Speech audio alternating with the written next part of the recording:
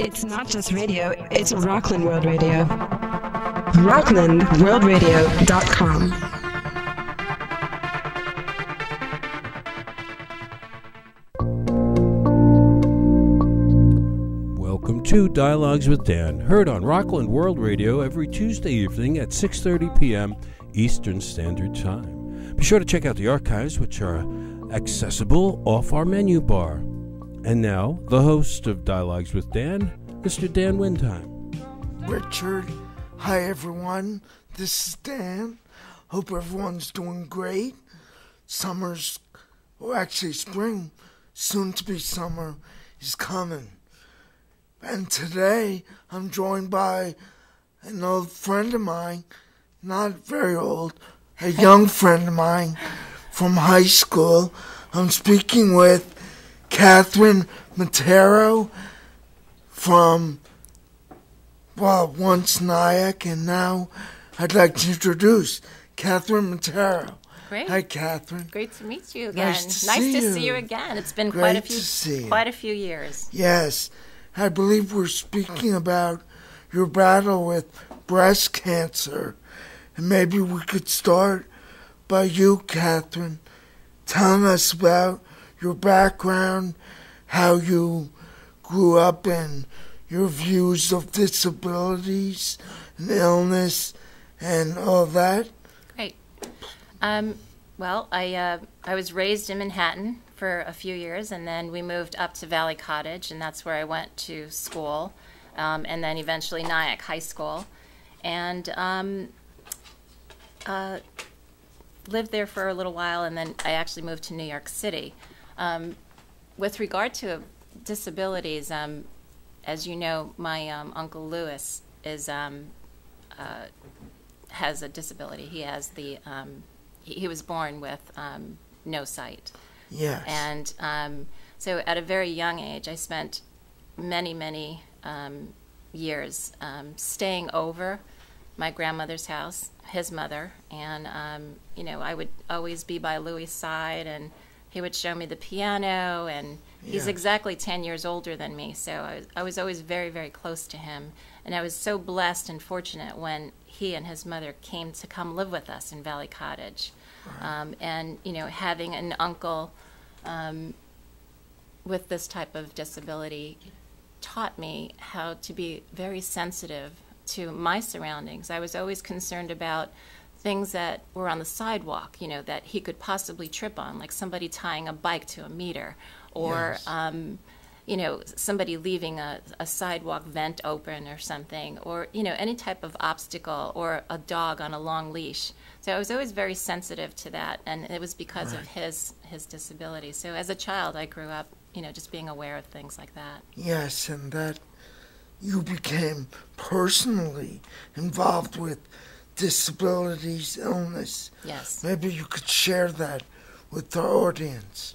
Yeah,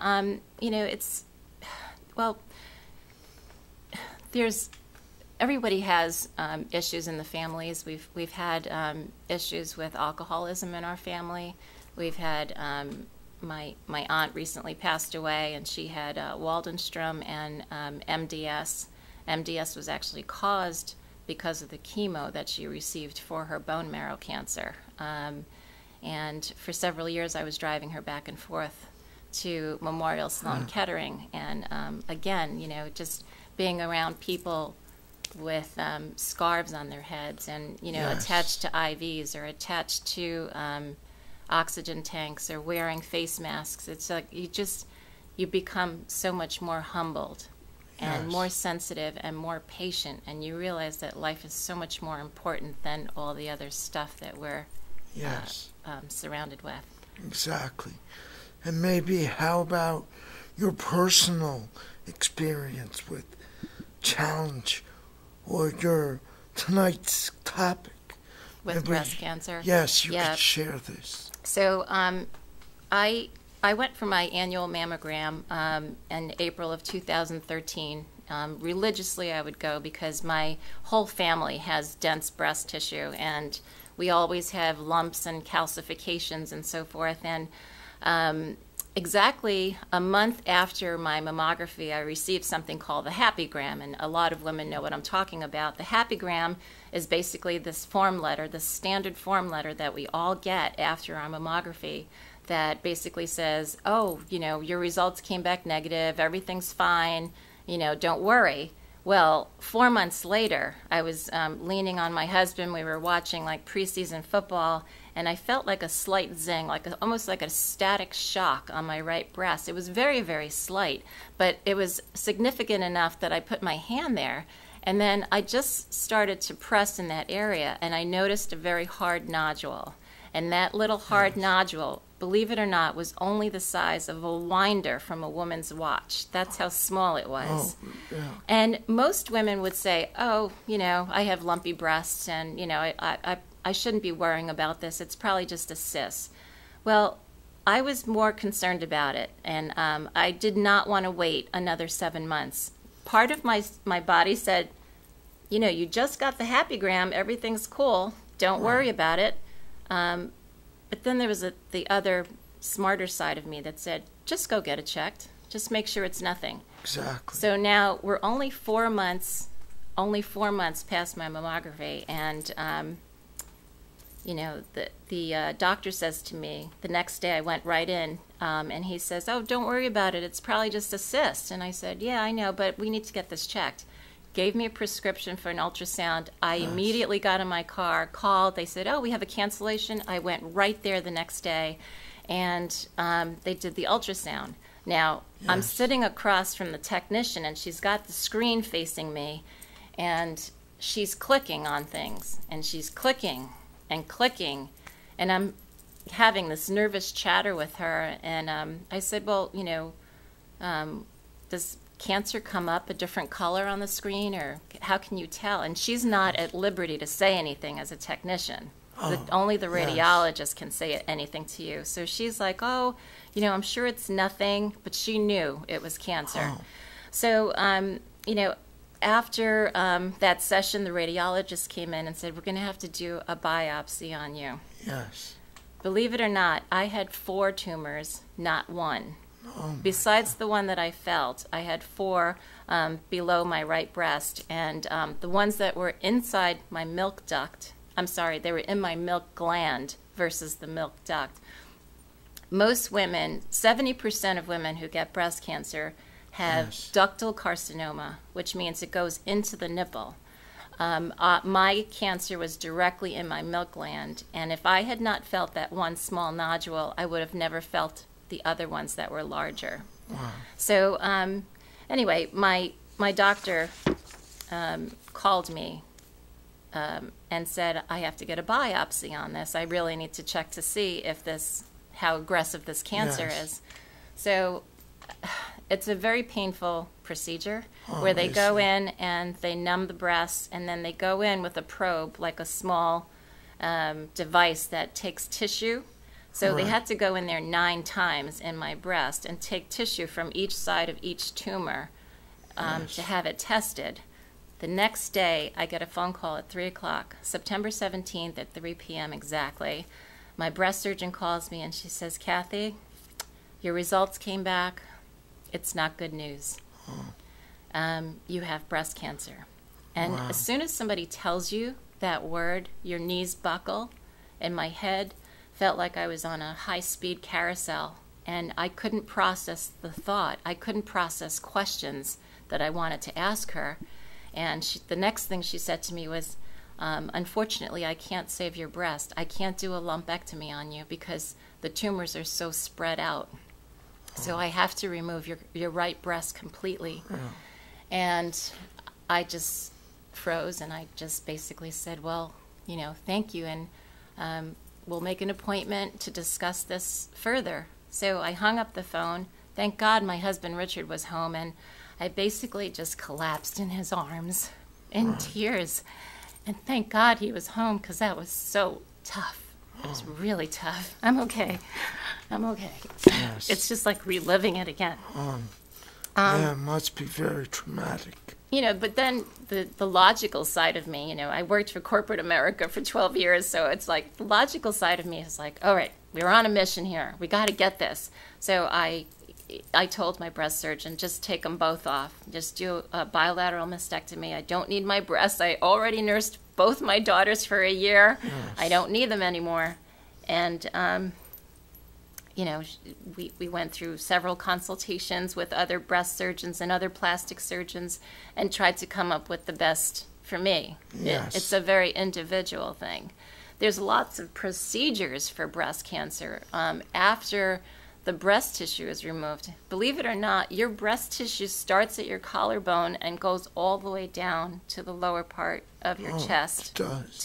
to your ribs, and it goes all the way into the armpit. So it's like a rather large piece. It's almost like a veal cutlet. It's like a large piece of tissue. So they had to do that on both sides, and that was a 3-hour procedure. Yes. And then the plastic surgeon was there, and he put something called an expander under my pectoral muscle. The expander is basically an empty implant with a metal disc on it, and what they do is they inflate the pectoral muscle slowly. Every 2 to 3 weeks, they put saline solution in there to expand the muscle tissue so that you can, get to the size that you desire comfortably, rather than just sticking the whole implant in there at once. Yes. But after about 3 months, you have to go back, have that surgically removed, and then they put the silicone gel implant in there. Now, I will say this. Women who have either had a lumpectomy or have chosen a mastectomy to have the entire breast removed cannot always have that option that I had, because if they do a lumpectomy and have radiation, there is so much scar tissue that's left in that area that the doctors really can't support the silicone gel. So what they have to do is they have to remove part of the oblique muscle and bring up skin, muscle, and fat to create a hammock inside the woman's breast area to support an actual breast, which is a very invasive procedure. And my plastic surgeon, God bless him, Dr. Soni, he said, Kathy, you're a tennis instructor. I'm not going to touch your abdomen. It's going to take you a year to heal from that. And plus, there's a greater chance of infection with that type of procedure. There's also another procedure where they could actually take part of the buttocks muscle, part of the inside of your thigh, or a muscle that's just below your shoulder blade. Also, a very invasive procedure that can cause infection and require additional surgeries. Plus, you've got 2 sites of surgical area to heal from. So how long a process is this? So my surgery was scheduled for right before Halloween, October 30th of 2013. I had my 8-hour procedure, and it took me probably 3 months until I could drive. I could not put a sweater over my head. I could not do any pulling motion at all. I see. You have no power. I couldn't reach my microwave. I couldn't make a ponytail. I had to basically step into my clothing or just put items that could be zippered up or buttoned up for at least 3 months. And, obviously couldn't wash my hair, and I had to go out and get that taken care of. It was long. And then for 8 months, I had physical therapy because I developed something called a frozen shoulder.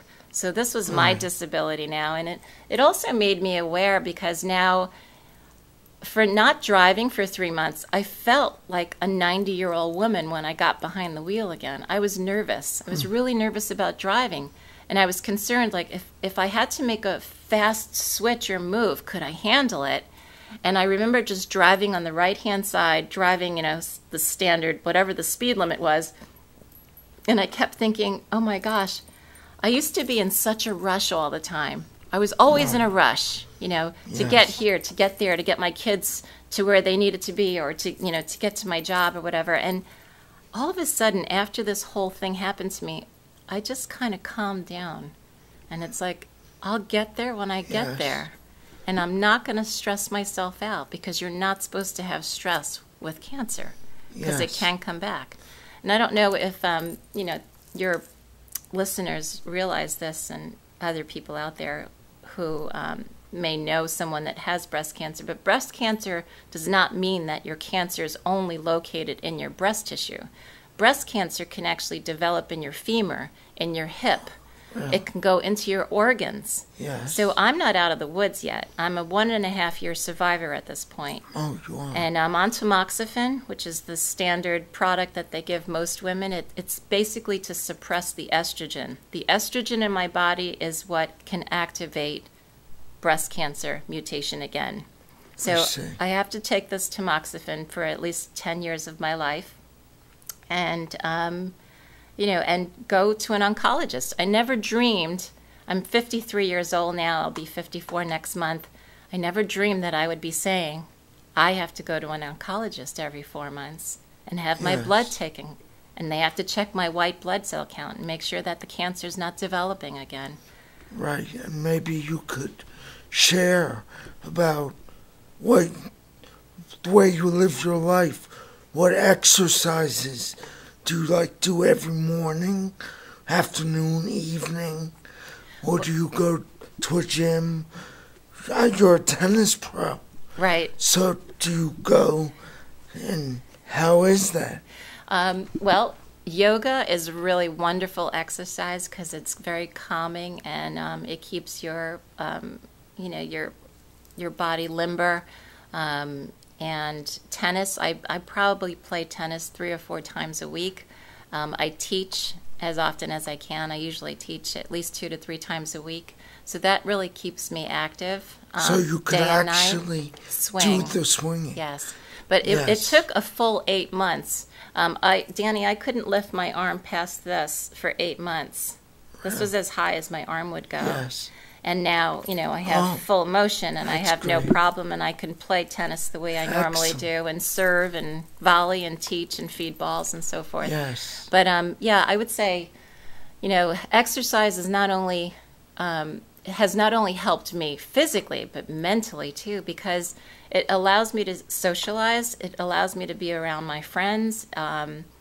It keeps me from thinking about cancer. And I do have to say, I think about my cancer every night. Every night I go to bed, I pray that I'll be around to see my daughters graduate and get married, and my future grandchildren, and that I could be a wife to my husband, and that I could continue being a daughter to my mother and father, and a sister to my brother Paul. It's very scary, very scary. Is there anything you can do to better your chances that it doesn't come back? Like they say, exercise is a way to combat a lot of illnesses. Yes. Is that true with your cancer? Yes, definitely. Exercise. Diet? Diet is very important, but the exercise portion is really to de-stress your body, right? So it de-stresses, it gives you positive endorphins, it makes you feel good. So that's a great thing to have. But your diet, so I've now changed to organic milk, organic eggs, organic meat, organic fruits and vegetables, because I need to eliminate any toxins from my body. I already have a mutation going on in my body, and I don't want to exacerbate it. So staying away from anything that has GMOs, genetically modified foods. Yes. Anything that has hormones in it or antibiotics. I really need to just stay away from that. And anything green, they say, all types of greens, spinach, broccoli, sprouts, and so forth. Does it need to be organic? You know how everyone these days, it's all about organic. And, green vegetables, organic green vegetables, but just green vegetables. Doesn't really matter that it's organic. Well, what I want to stay away from is the possibility of ingesting pesticides. Yes. Because maybe the pesticides is what caused my genetic mutation. Right. Whatever toxins or antibiotics, or, I did work in New York City for 12 years. New York City traffic, and I was in and out of the subways. I worked in the restaurant business at night. This is before the cigarette laws were approved. I worked in a restaurant for probably 8 or 9 years at night after my day job, and I was inhaling secondhand smoke. So who knows? Maybe that stayed in my system as well. Could. I'd like to move on. Yeah, sure. Yeah, we have about 10 minutes left. Yeah, could you maybe share who's been instrumental in your recovery? Your mom, your dad, your siblings, your husband, all the above? Yes. Well, all the above. My husband has been my rock. Yes. He's been wonderful. He was there for every doctor's appointment, and he's a CFO and very busy and has a lot of stress, but I was his priority, and he was there. He just supported me through all of my procedures, in and out of the hospital. My mom and dad came up several times and helped me after each of the procedures. Yes. Just to cook for me and to help me bathe and whatever I needed done, laundry and so forth. My tennis friends, my tennis community, my tennis family were amazingly strong. They gave me so much strength, and they brought me cooked meals. They did laundry for me. They did shopping for me. They made sure that my family was taken care of, because as a mother, you're so helpless. Yes. And I couldn't drive for several months. And my tennis community really came together and helped me out. Awesome. Yeah. I'm so glad. Yeah, Kathy, maybe you could share with us about the Susan G. Gorman group. Is that the Gorman? It's actually Komen. It's Komen. Yeah, I heard that before. Yeah, Susan G. Komen is one of the largest breast cancer supporters. Yes. They have organizations, international organizations that just run for research, for women's support, to pay for women's mammographies, to pay for their ultrasounds, to pay for... Susan G. Komen. Susan G. Komen. Komen. Right. And there's local affiliates, and then there's national affiliates, and then there's international affiliates. Wow. Right. Would you be able to share their website Absolutely. now? Yes. Susan G. Komen is WW5. So there's only 2 W's and the number 5. Yes. .Komen, KOMEN.org. And that's a great place to just go visit, even just for information if you want. If you're curious to find out what dense breast tissue means, yes. what the difference between lobular cancer is versus ductal carcinoma. The other one is the American Cancer Society, which is cancer.org. Very easy, cancer.org. Yes. They also give you a lot of information. And then this other group, which is called Are You Dense, which we have an inside joke with this one. Yes. Are You Dense Advocacy, which started in Connecticut. The woman, Nancy Capello, has her PhD, and she was not diagnosed for over 2 years. And she wound up getting stage 4 cancer. She still is here. She's with us. She's a survivor. God bless her. But what she has done on her own is she has actually gone to Senate to approve the bill to approve mammography plus ultrasound for anyone that has dense breast tissue. Because if you just have a mammography, it shows up white. A cancer shows up white. Yes. And it's like looking for a pearl in a snowstorm. You can't see cancer in a mammography. So with the ultrasound, she's been fighting to make sure that women who have dense breast tissue get the ultrasound in addition. Yes, and that would be... AreYouDenseAdvocacy.org. Yes. And are there any... Well, you mentioned Anne's Place. That's your home place. Exactly. Maybe you could share Anne's Place. Absolutely. Anne's Place is an extraordinary organization. It's not an organization, it's a building in Danbury, Connecticut that supports the Hudson Valley area, that northern part of well, I should say the eastern part of New York and the Connecticut region. And it's a facility that provides all cancer survivors, not just breast cancer survivors, but it supports anyone that has experienced cancer or is going through cancer, going through treatments. They have cooking classes, art classes, yoga classes, Reiki classes,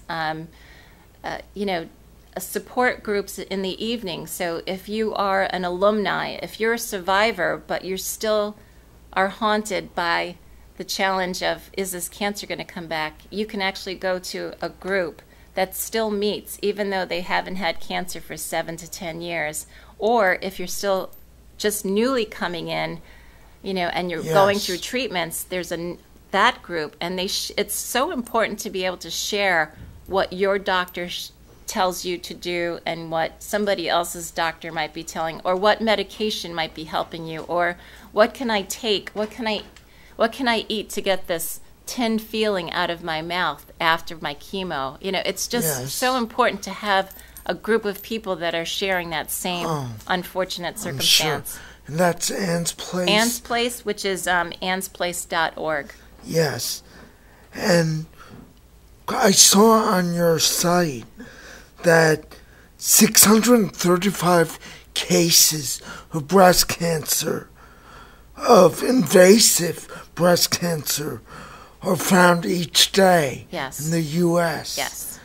That was 2015 or 2014. 14, yep. Yes. So over 40,000 women a year die of breast cancer. Over 40,000 women die a year of breast cancer. And it's because they found it too late.